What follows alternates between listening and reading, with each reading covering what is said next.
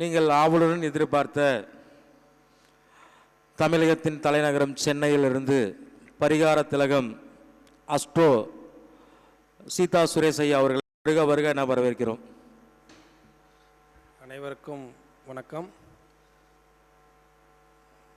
பாலும் தெளிதேனும் பாகும் பருப்பும் நாளும் கலந்துனக்கு நான் தருவேன் கோலஞ்சை துங்க கரிமுகத்து தூமணியே நீ எனக்கு சங்கத்தமிழ் மூன்றும் தா அணிகுண்டலமும் ருத்ராட்சமாலையும் ஆகமைந்துள் மணித்தூளிதமும் திமிர்ந்தொரு கைத்தான் மருங்களூர பிணி நீங்கிடு தண்டாயுதமேந்தி என் பிழை பொறுத்து பணிகொண்டு அருள் செய் வடபணி பக்தி பாக்கியமே என்ற விநாயகப் பெருமான் முருகப்பெருமான் திருவடிகளை பற்றி இன்றைய குரு ஜோதிட ஆராய்ச்சி மையத்தின் ஜோதிட கருத்தங்கத்திற்கு வருகை தந்து உங்களுடைய சிறப்புரையாற்ற வந்திருக்கிறேன். நான் வந்து இந்த ஜோதிட கருத்தங்கத்தில் பேசினதே இந்த குரு ஜோதிட ஆராய்ச்சி மையத்தில் தான். எனது மதிப்புமிக்க நண்பர், இந்த குரு ஜோதிட ஆராய்ச்சி மையத்தினுடைய தலைவர், ஜோதிட தளபதி யூடியூப் சேனல் ஜோதிட தளபதியாக வீட்டிருக்கக்கூடிய என்னுடைய அருமைய நண்பர் டாக்டர் பூபதிராஜன் ஐயா அவர்கள் பல்வேறு கருத்தரங்குகளை நடத்தியிருக்கிறார்கள். அதே போல் பல ஜோதிடர்களுக்கு வாய்ப்பளித்து இன்று தமிழகத்தில் பல ஜோதிடர்களுக்கு உருவாக காரணமாக இருக்கிறார்கள். பல ஜோதிட சங்கங்கள் உருவாகவும் காரணமாக இருக்கிறார்கள். அவர்களை வாழ்த்தி வணங்கி இந்த ஜோதிட கருத்தரங்கத்தில் நம்ம பேச இருக்கிறோம். இதில் பார்த்திங்கன்னா நிறைய பேரை உருவாக்கி விட்றாங்க. அவங்களும் உருவாகி வந்துட்டுருக்காங்க. இன்னும் நல்லா வரணும். அடுத்தடுத்து வரும் காலம் மிக சிறப்பாக அவர்களுக்கு முருகப்பெருமான் அருளாசி வழங்கி மென்மேலும் வளர்த்து கொண்டு வரணும் அப்படின்னு வாழ்த்துறோம். இந்த ஜோதிட கருத்தரங்கத்தில் நிறைய பெரிய மனிதர்கள் பேசுகிறாங்க, நிறைய விஷயங்களை கருத்துக்களை சொல்கிறாங்க. நாம் பார்த்திங்கன்னா வானசாஸ்திர அடிப்படையில் நம்ம ஜோதிட கருத்துக்களை சொல்லிட்டு இருக்கோம். வானசாஸ்திரத்தில் பார்த்திங்கன்னா ஜோதிடம் என்பது இப்போ வானியல் அறிக்கை படிக்கிறாங்க இல்லையா, மழை வருமா வெயில் அடிக்குமா அப்படின்னு சொல்கிறாங்க.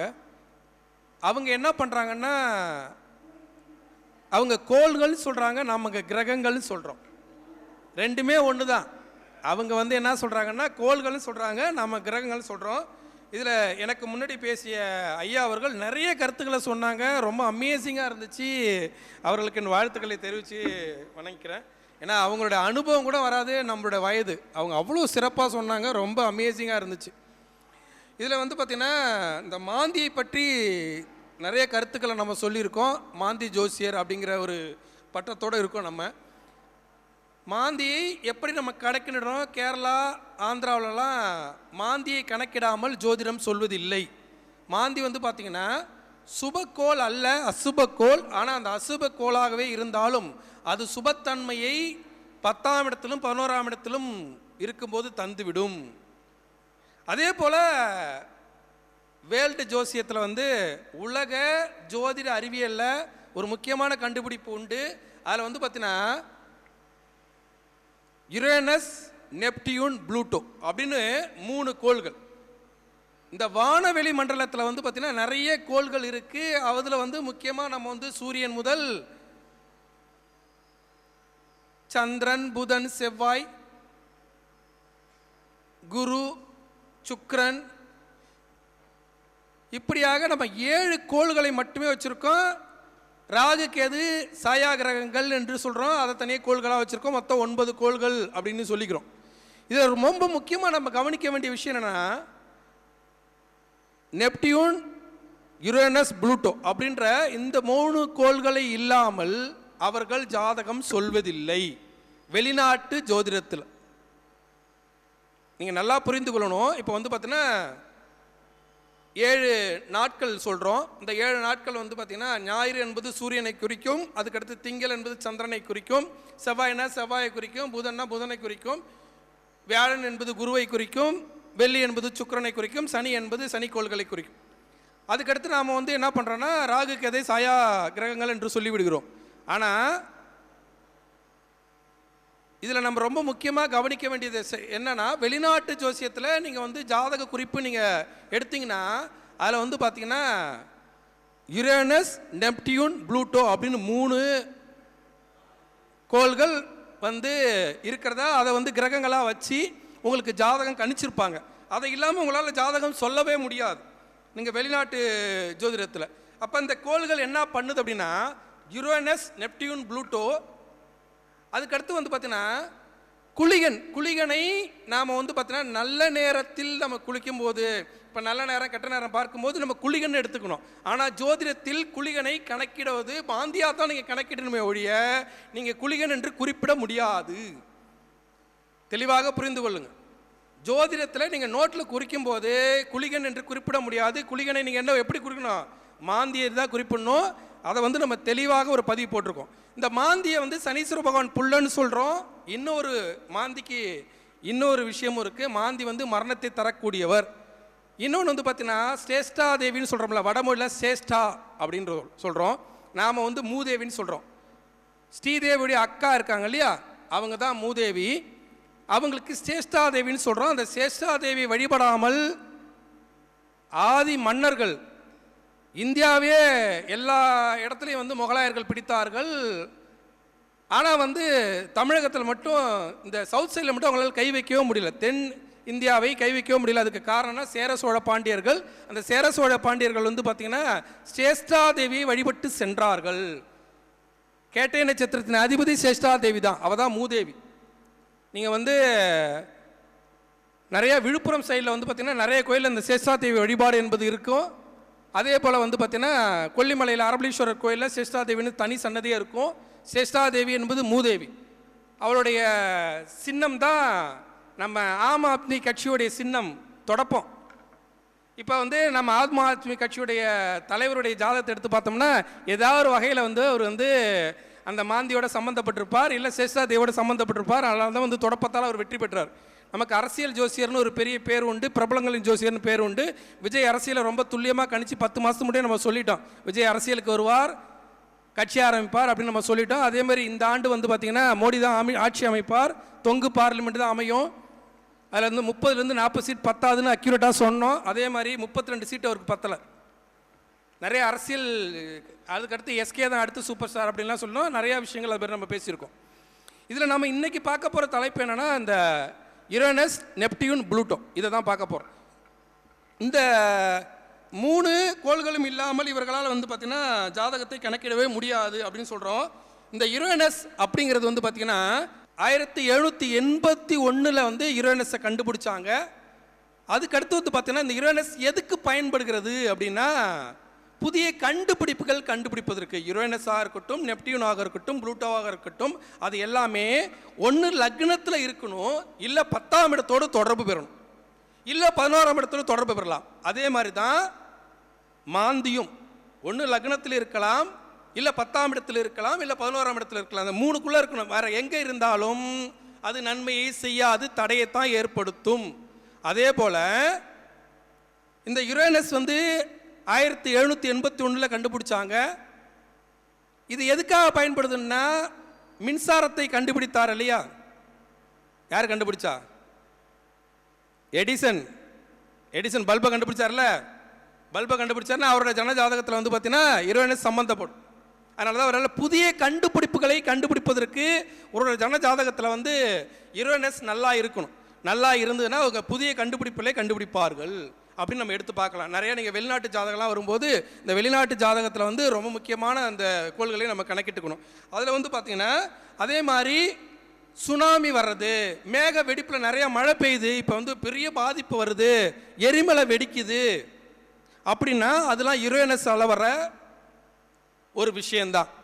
அதே போல் வந்து பார்த்திங்கன்னா ஒரு ஜாதகம் நம்மகிட்ட வருது அப்படின்னா அந்த ஜாதகத்தில் இந்த பையன் வந்து பார்த்தீங்கன்னா அந்த ஆராய்ச்சி படிப்பு படிக்கணும்னு சொல்கிறான், அதே மாதிரி புதிய கண்டுபிடிப்பெல்லாம் கண்டுபிடிக்கணும்னு சொல்கிறான், எப்போ பாரு இந்த சயின்டிஃபிக்கான புதிய விஷயங்களை பற்றி பேசுகிறான், தண்ணியில் வந்து பைக்கோட மிஷின் கண்டுபிடிக்கிறாங்க, இது மாதிரிலாம் நிறைய ஆராய்ச்சி படிப்பு அப்படின்னா அவனுக்கு யுரேனஸ் எப்படி இருக்குது அப்படின்னு பார்க்கணும். அந்த யுரேனஸ் வந்து வலுவாக இருந்தால் அவன் அந்த ஆராய்ச்சி படிப்பில் வெற்றி பெறுவான் அப்படின்னு நம்ம சொல்லணும். அதே போல் இந்த யுரேனஸில் வந்து ரொம்ப முக்கியமான கவனிக்க வேண்டியதுன்னா யுரேனஸ் வந்து கும்பராசியின் காரகத்துவம், கும்பராசியின் அதிபதி. அவர் சனியோடைய வேலையை செய்வார். சனி வந்து நிலைப்புத்தன்மைன்னு அர்த்தம். ஒருத்தன் அரசியலில் நிலைப்புத்தன்மையாக இருக்கணும்னா அதுக்கு சனி பலம் வேணும். அரசியலில் வந்து ஓட்டு வாங்கி ஜெயிக்கணும்னா அதுக்கு குருபலம் வேணும். ஒரு சிலருக்கு வந்து பார்த்தீங்கன்னா ஒரு சில பேருக்கு வந்து பார்த்தீங்கன்னா ஓட்டு வாங்கி ஜெயிக்கிற பவரே இருக்காது, அவங்கள நான் என்ன சொல்லிடுவேன்னா, நீ வந்து கட்சியில் பதவி வாங்கிக்கோ, எலெக்ஷனில் நிற்காது அப்படின்னு சொல்லிடுவேன். அப்போ ஓட்டு அரசியலுக்கு குருபலம் வேணும், நிலைப்புத்தன்மைக்கு சனி பலம் வேணும்.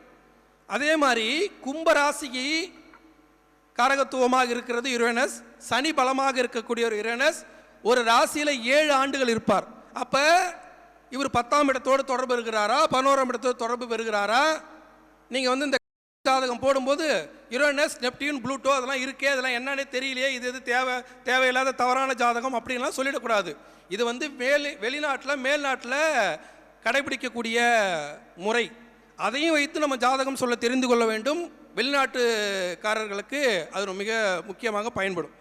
அப்போ நம்ம என்ன பண்ணுறோன்னா, முக்கியமாக வந்து இந்த யுரேனஸ் வந்து புதிய கண்டுபிடிப்பு, அதே போல் நிலைப்புத்தன்மையாக இருப்பது, ஆராய்ச்சி படிப்பு, இதுக்கெல்லாம் யுரேனஸ் துணை புரியும் அப்படின்றத நீங்கள் தெளிவாக புரிந்து கொள்ளணும். அதே மாதிரி யுரேனஸ் வந்து லக்னத்தில் இருந்தால் அவர்கள் சுதந்திர பிரியராக இருப்பார். ஒரு பொண்ணுக்கு வந்து லக்னத்தில் யுரேனஸ் இருக்குப்பா அப்படின்னா ஃப்ரீ பேர்டாக இருக்கணும், யார் பேச்சு கேட்காம நைட்டில் கூட போய் நான் வந்து குல்ஃபி சாப்பிட்ணும், ஐஸ்கிரீம் சாப்பிட்லாம் நினைக்கும் அந்த பொண்ணு. நீ ஏன் நைட்டில் போகிற, வெளியில் போகிற, அந்த படத்தில் காமிக்கிற மாதிரிலாம் நடந்துக்கும். இது ஏன் இப்படி நடந்துக்குது அப்படின்னு வந்து நினைக்கும். அதேமாரி அந்த பொண்ணு கல்யாணம் பண்ண பிறகு கூட புருஷன்லேருந்து ஃப்ரீயாக வெளியே சுற்றணும்னு ஆசைப்படும்.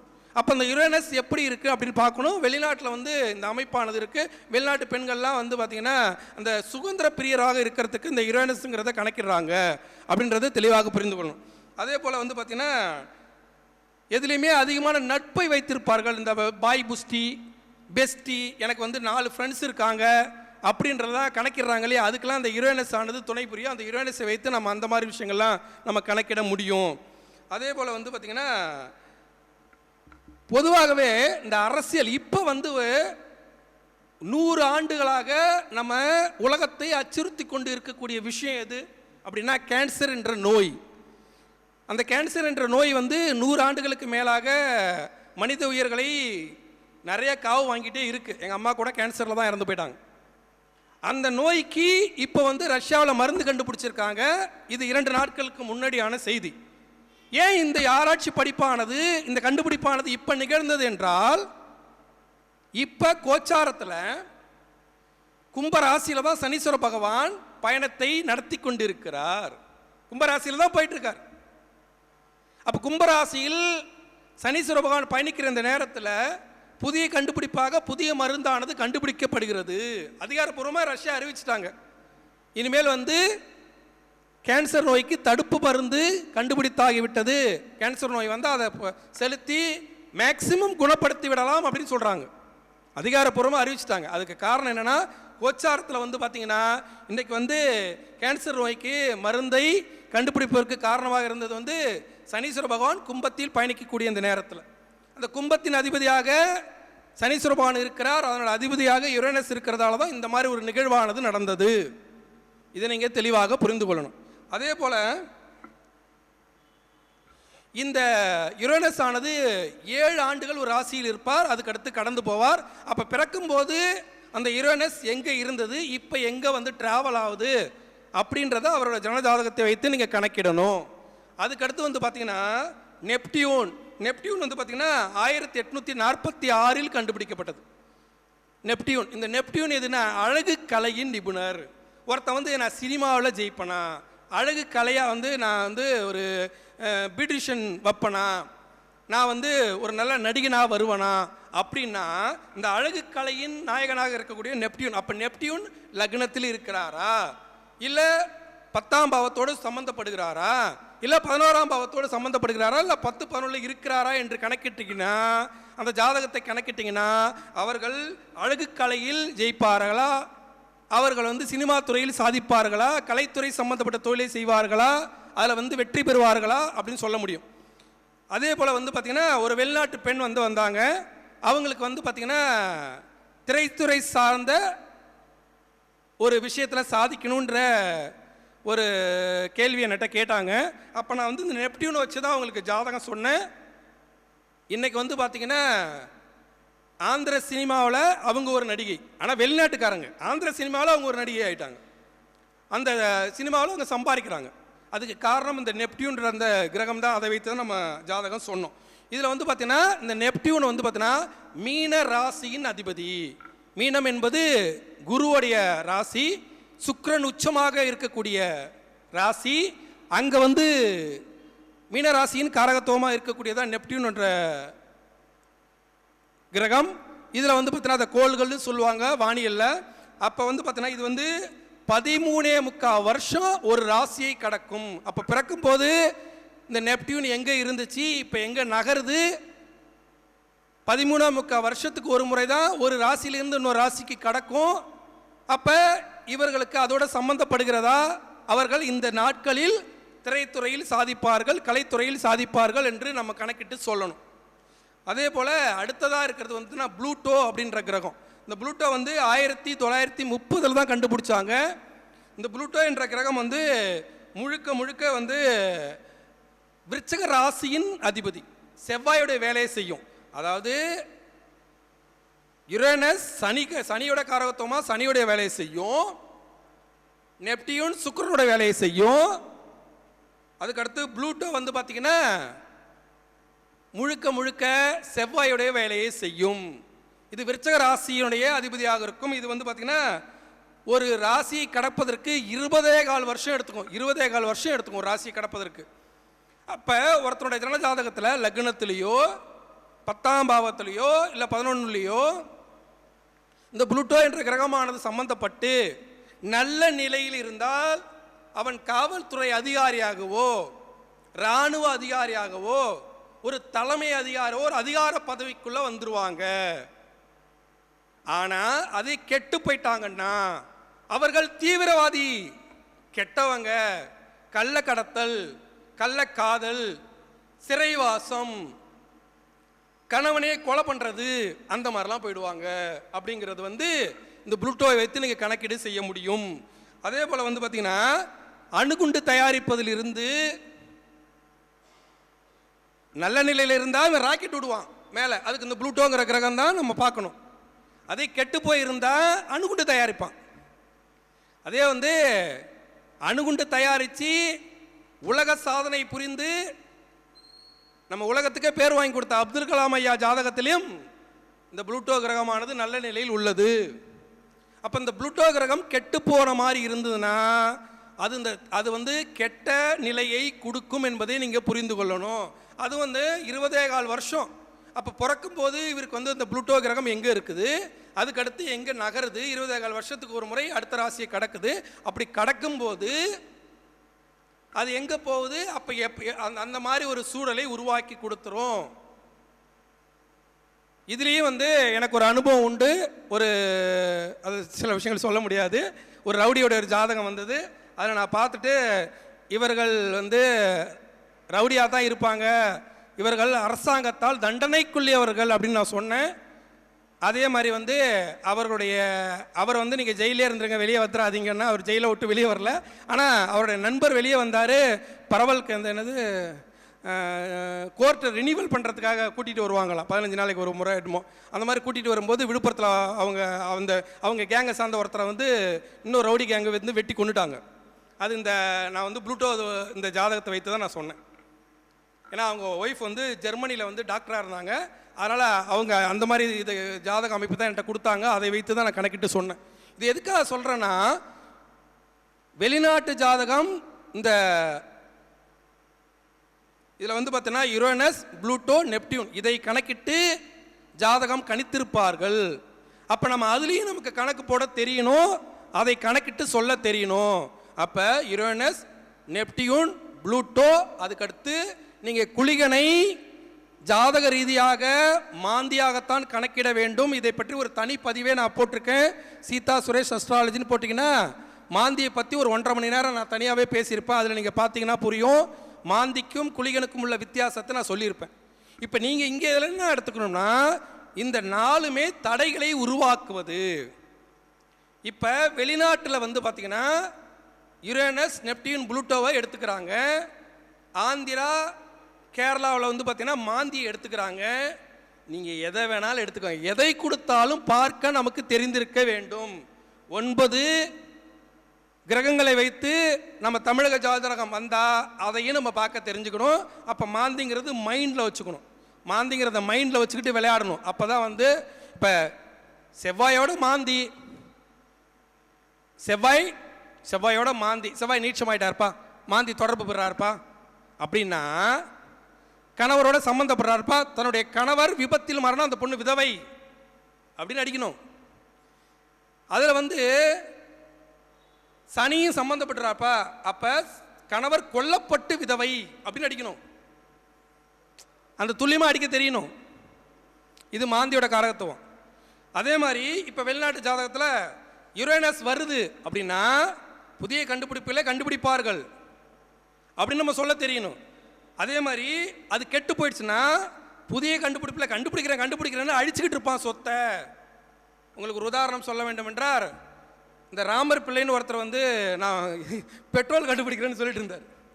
அவரால் இன்னும் அந்த சக்ஸஸ் பாயிண்ட்டுக்குள்ளார வர முடியல. அவர் கண்டுபிடிச்சது எந்த அளவுக்கு ட்ரூன்னு தெரியல. அவரோட ஜாதகத்தை நீங்கள் எடுத்து பார்த்தீங்கன்னா ஏதோ ஒரு விதத்தில் இந்த யுரேனஸ் ஆனது என்ன போயிருக்கும், கெட்டு போயிருக்கும். எங்கேயாவது உட்காந்துருப்பார். கரெக்டாக உட்காந்துருந்தா அவருடைய கண்டுபிடிப்பானது வெற்றி பெறும், தவறாக உட்காந்துருந்தா அவருடைய கண்டுபிடிப்பானது தோல்வியை சந்திக்கும். அவரால் அந்த கண்டுபிடிப்பில் வெற்றி பெற முடியாது. அதை நீங்கள் தெளிவாக, அதே மாதிரி இந்த நெப்டியூன் வந்து பார்த்தீங்கன்னா தப்பாக உட்காந்துருன்னு வச்சுக்கோ, நான் நடிகன் ஆகிடுவேன், நான் வந்து பெரிய ஆக்டர் ஆகிடுவேன், பெரிய நடிகை ஆகிடுவேன் அப்படின்னு சொல்லி தன்னோட வாழ்க்கையை அழித்துக் கொள்வார்கள். அதை நீங்கள் கணக்கிட்டு அவங்களை நம்ம சொல்லிடணும். இப்படி நீங்கள் போனீங்கன்னா தோற்று போயிடுவீங்க, அது வந்து ஜெயிக்க மாட்டீங்க அப்படின்னு சொல்ல வேண்டியது நம்ம ஜோதிடராக நம்மளுடைய தார்மீக கடமை அது. அதே போல் நீங்கள் ரொம்ப முக்கியமாக தெரிந்து கொள்ள வேண்டிய விஷயம் என்ன அப்படின்னா, எந்த ஒரு கண்டுபிடிப்பாக இருக்கட்டும், எந்த ஒரு இப்போ ஒரு கிரகமானது நம்மகிட்ட எடுத்துக்கிறோம் அப்படின்னா, ஜோசியத்தில் நம்மகிட்ட ஒரு ஜாதகம் வருது, அதை எடுத்துக்கிறோம்னா அதில் எந்த கணக்கு போட்டிருந்தாலும், வாக்கிய பஞ்சாங்கப்படியோ திருக்கணித பஞ்சாங்கப்படியோ இல்லை வெளிநாட்டு கணக்காக நெப்டியூன் ப்ளூட்டோ யுரேனஸ் இது மாதிரி போட்டிருந்தாலும் எதை சொன்னாலும் அடிக்க நமக்கு தெரியணும். அப்படி தெரிஞ்சால் தான் நம்ம பெஸ்ட்டு ஜோசியன்னு அர்த்தம். ஃபார்ம் ஹிஸ்ட்ரின்னு சொல்லுவாங்க, கைரேகை பதிவு. இந்த கைரேகை பதிவில் ஒரு விஷயம் நீங்கள் தெளிவாக புரிந்து கொள்ளணும். ஒட்டி பிறந்த ரெட்டையருக்கும் கைரேகை வேறு, இத்தனாயிரம் கோடி மக்களுக்கும் கைரேகை வேறு. ஒருத்தர் மாதிரி ஒருத்தர் கைரேகை இருக்காது. அதனால தான் கைரேகை நம்ம வைக்க சொல்கிறோம், அதனால தான் கருவிடியை நம்ம பார்க்க சொல்கிறோம். இந்த கைரேகை வைத்து ஒரு மனிதனுடைய ஜாதகத்தை மிக துல்லியமாக கணக்கிட முடியும். கையில் இருக்கிறது தான் கட்டத்தில் இருக்கும், கையில் இருக்கிறது கட்டத்தில் இல்லைன்னா நீ போட்ட கட்டம் தப்புன்னு அர்த்தம். அது வாக்கியமாக இருக்கலாம், திருக்கணிதமாக இருக்கலாம், எதுவாக இருக்கலாம். நீ கேபி முறையில் போடு, எதில் வேணாலும் போடு. ஆனால் கைரேகை ஃபார்ம் ஹிஸ்ட்ரிங்கிறது ரொம்ப ரொம்ப முக்கியம். அப்போ நீ வந்து ஃபார்ம் ஹிஸ்ட்ரி தெரிஞ்சுக்கணும்.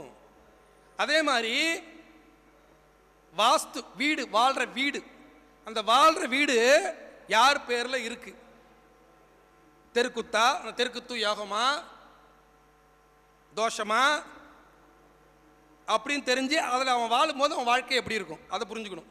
இதை நம்ம தெளிவாக தெரிஞ்சுக்கணும். இதெல்லாம் ஃபஸ்ட்டு பேசிக் ஐட்டம்.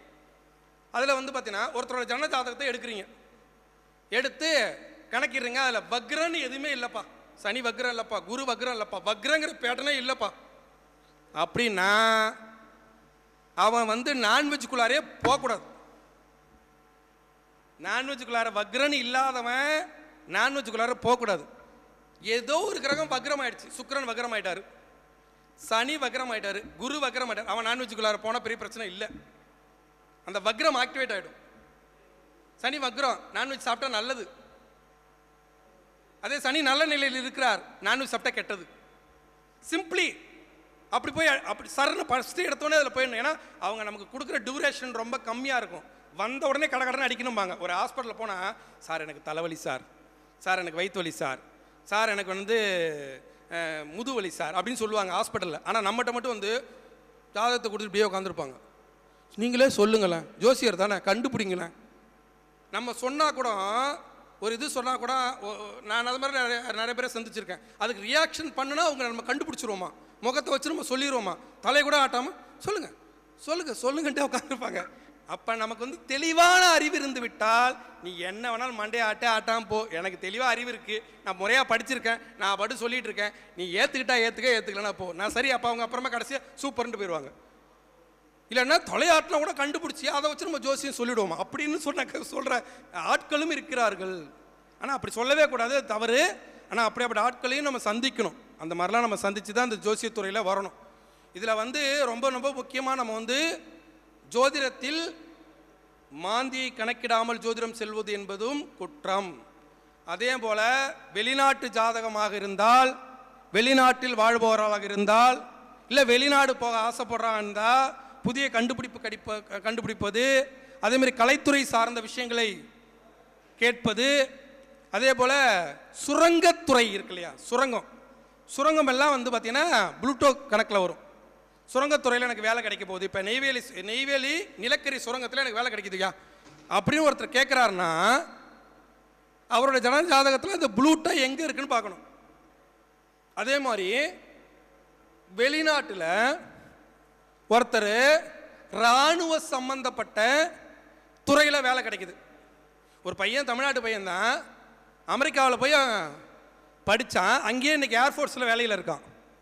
அதுக்கு நான் அந்த ப்ளூட்டோ அப்படிங்கிற கிரகத்தை வச்சு தான் அவங்களுக்கு நான் வந்து அந்த ஜாதகமான சொன்னேன், நீ அங்கேயே உனக்கு வந்து அரசாங்க வேலை கிடச்சிரும் அப்படின்னு சொன்னேன். அது காரணம் என்னவென்னா அவனோட ஜாதகத்தில் ப்ளூட்டோ நல்ல நிலையில் இருந்தார்.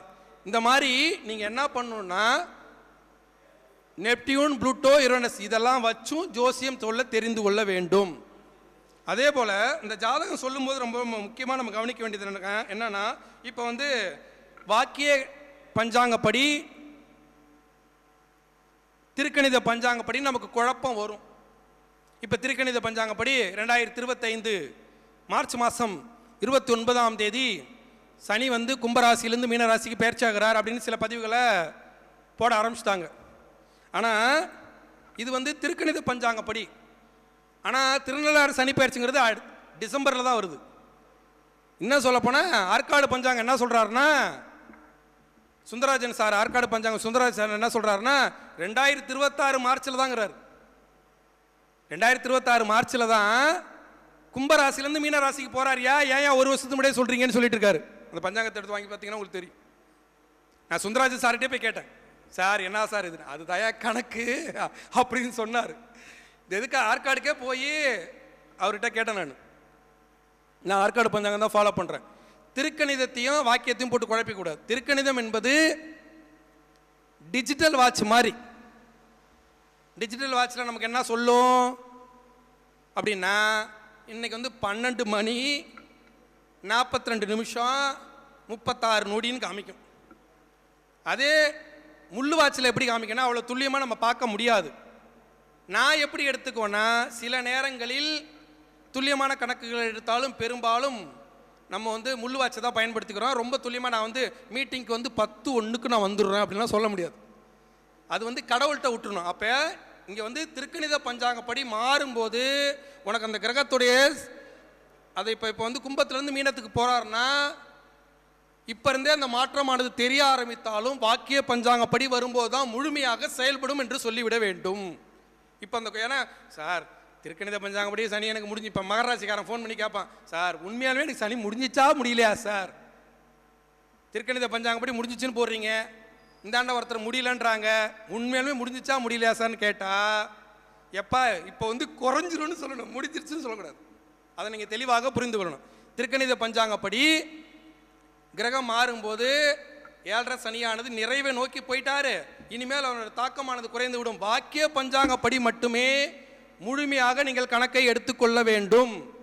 திருநள்ளாறு சனி பயிற்சியை தான் நீங்கள் முழு கணக்காக எடுத்துக்கொள்ள வேண்டும். அதை விட்டுட்டு திருக்கணித பஞ்சாங்கப்படியே எல்லாமே மாறிச்சு, உனக்கு எல்லாமே மாறிடுச்சு என்று சொல்லிவிட வேண்டாம். அது தவறான ஒரு கணக்கை நோக்கி போகும். இதில் நீங்கள் ரொம்ப தெளிவாக புரிஞ்சுக்கணும். அதேமாரி குரு பயிற்சியாக இருக்கட்டும், சனி பயிற்சியாக இருக்கட்டும், அது எல்லாமே வந்து பார்த்தீங்கன்னா நீங்கள் வாக்கிய பஞ்சாங்கத்தை பின்பற்றுவது என்பது மிக சரி. திருக்கணித பஞ்சாங்கம் துல்லியம், அதில் மாற்று கருத்து இல்லை. ஆனால் ரொம்ப துல்லியமாக சில விஷயங்களை கணக்கிட முடியாது. அது பிரபஞ்ச சக்தி என்று சொல்லக்கூடிய கடவுளுடைய கையில் விட்டுறணும். நம்ம வாக்கிய பஞ்சாங்கப்படி நம்ம கணக்கு போட்டு சொல்லிட்டு திருக்கணித பஞ்சாங்கப்படி கணக்கை நம்ம மனசில் வச்சுக்கிட்டு ஜோசியம் சொல்லணும். மீதி எல்லாம் கடவுளின் படி விட்டுறணும். இது எப்படின்னா, இப்போ வந்து மழை வரும் வெயில் அடிக்குன்னு சொல்லுவாங்க. மழை வரலன்னா வானிலை அறிக்கை படிக்கிறவங்கள போய் அடிக்க முடியாது. அதே மாதிரி ஜோசிய கணக்கு போடுறோம்னா இது இப்படி வரும்பான்னு சொல்லலாம், நடக்கலைன்னா நம்ம கேட்க முடியாது. ஏன்னா அவருடைய கர்மா அங்கே போய் நிற்கும்.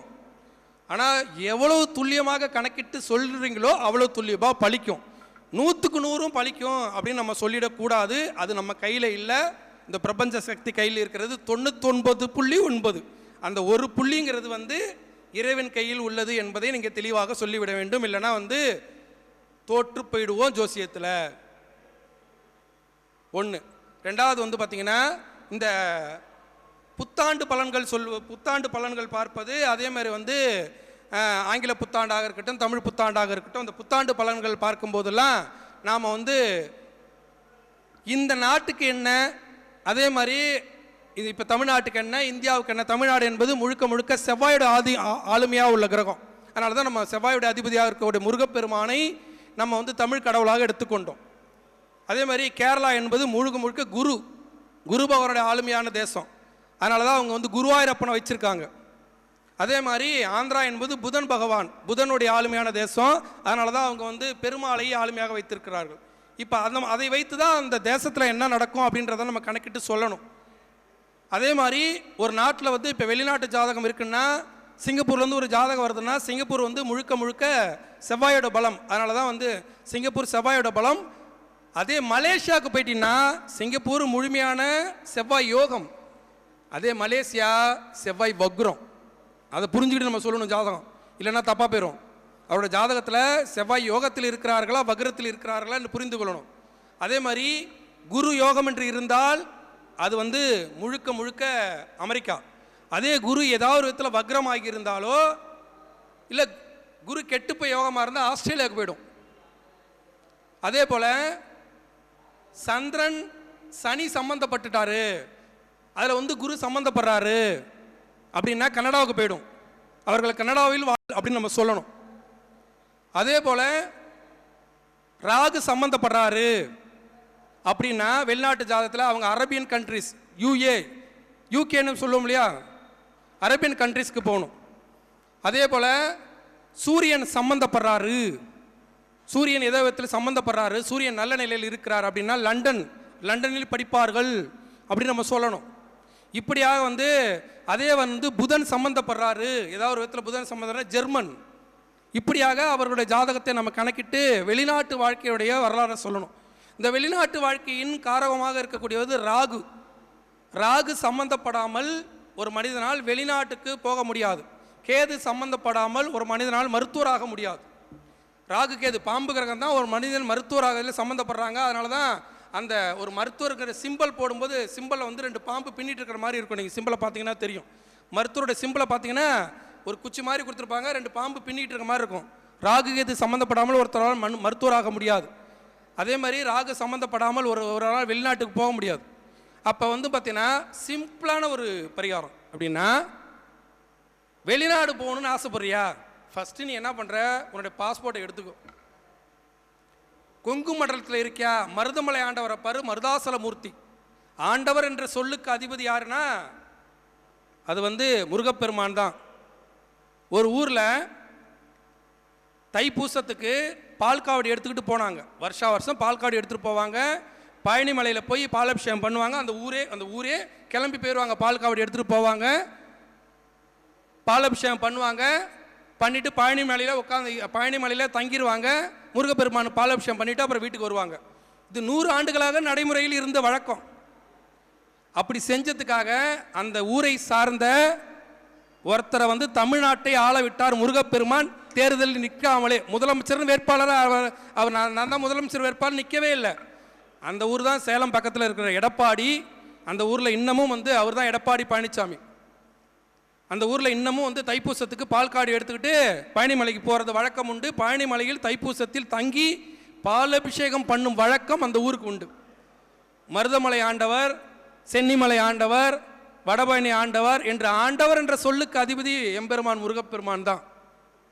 நான் இப்போ ஆண்டவர்னு ஒரு யூடியூப் சேனல் ஆரம்பிச்சிருக்கேன். யாரும் ஆண்ட பரம்பரைன்னு சொல்லிட்டு இருக்காங்க. ஆனால் உலகத்தையே ஆடுறவன் எங்கள் அப்பா முருகன் தாண்டா அப்படின்னு சொல்லியிருப்பேன். இது எதுக்காக சொல்கிறேன்னா, அந்த மருதாச்சல மூர்த்தி, பாம்பாட்டி சித்தர் வழிபட்ட மருதாச்சல மூர்த்தியை போய் பார்த்தால் வெளிநாட்டு வாழ்க்கை என்பது சிறக்கும். இன்னொன்று வந்து விதவை ஜாதகம். ஒருத்தருக்கு மனைவியை இறந்து போயிடுவாங்கன்னு வச்சுக்கோங்களேன், கணவன் இறந்து போயிடுவாங்கன்னு வச்சுக்கோங்களேன், அதை மாற்றும் சக்தி பாம்பாட்டி சித்தருக்கும் மருதமலை ஆண்டவருக்கும் உண்டு. முழுமையான பிரார்த்தனை. ஒருத்தங்க ஜாதகம் பார்த்தாங்க. அந்த பொண்ணு அவங்க வந்து ஒரு ஆசிரியை, இப்போ ஹெட்மாஸ்டர் ஆகிட்டாங்க. அவங்களோட பொண்ணு தொடர்ச்சியாக, அவங்க கோயம்புத்தூரில் இருந்தாங்க, தொடர்ச்சியாக வந்து சிறு வயதிலிருந்தே மருதமலை ஆண்டவரை போய் தரிசனம் பண்ணக்கூடிய ஒரு விஷயத்தை நடைமுறையாக வைத்திருந்திருக்காங்க. தொடர்ச்சியாக போயிட்டே இருந்திருக்காங்க சின்ன வயசுலேருந்தே மருதமலை ஆண்டவருக்கு. இன்றைக்கி அந்த பொண்ணு வந்து லண்டனில் இருக்காங்க. அந்த ஜனன ஜாதகத்தில் அந்த காரகத்துவம் கம்மியாக தான் இருந்துச்சு. ஆனால் தொடர்ச்சியாக மருதமலை ஆண்டவரை பார்த்ததால் தூக்கி விட்டார். இன்றைக்கி வந்து லண்டனில் இருக்காங்க. சாதாரணமாக வச்சுட்டா கூட 4 லட்ச ரூபா சம்பாதிக்கிறாங்க ஃபர் மந்த். ஒரு சிம்பிளாக சொல்கிறேன், ஏன்னா அந்த சக்தி அங்கே கிடைக்கும். அதுக்கடுத்து வந்து பார்த்தீங்கன்னா சென்னை வாசியாக இருந்தால் சென்னை, பாண்டிச்சேரி, வட தமிழகமாக இருந்தால் அவர்கள் கண்டிப்பாக திருப்போரூர் கந்தசாமி முருகப்பெருமானை போய் பார்த்தால் அவர்களுக்கு வெளிநாட்டு வாழ்க்கையானது அமையும்.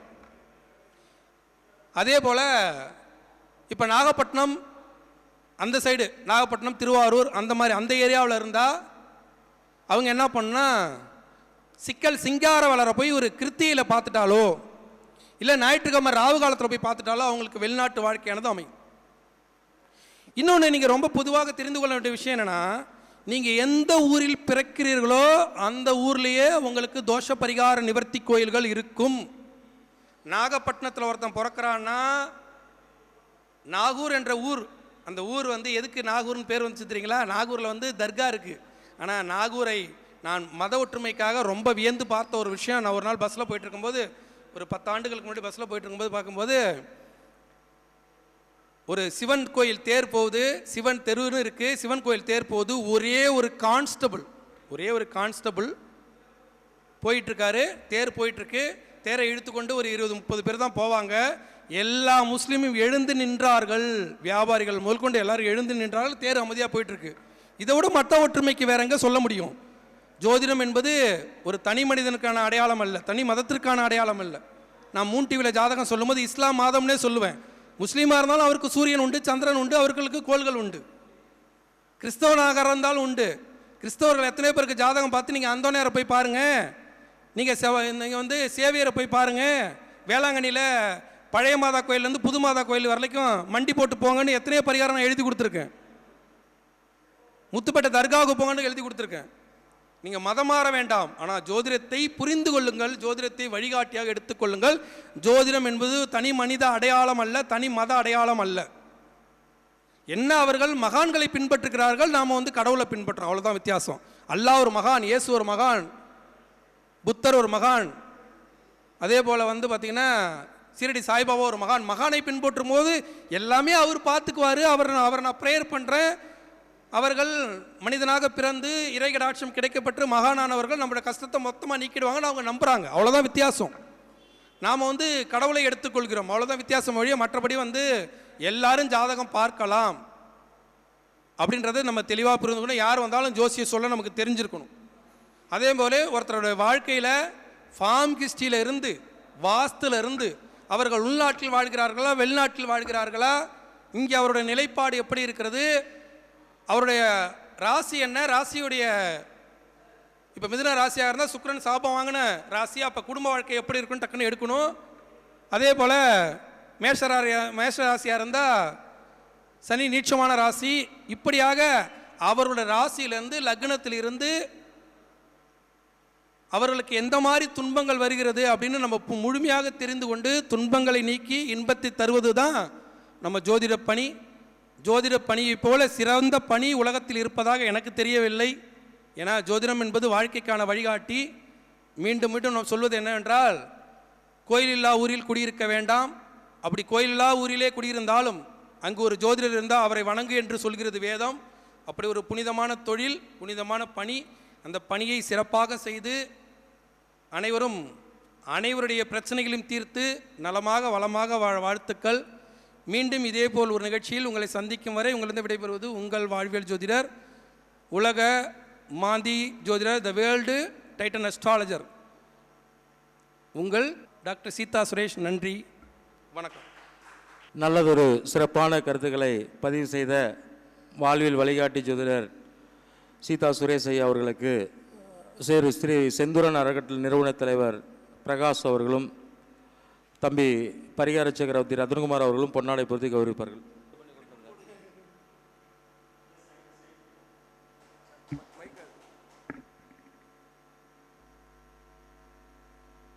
வாழ்வில் வழிகாட்டி ஜோதிடர் சீதா சுரேஷ் ஐயா அவர்கள் 5000 ரூபாய் நன்கொடை தருகிறார். அவர்களுக்கு பலந்த கரதோசத்தை பலமாறு கூறுகிறேன்.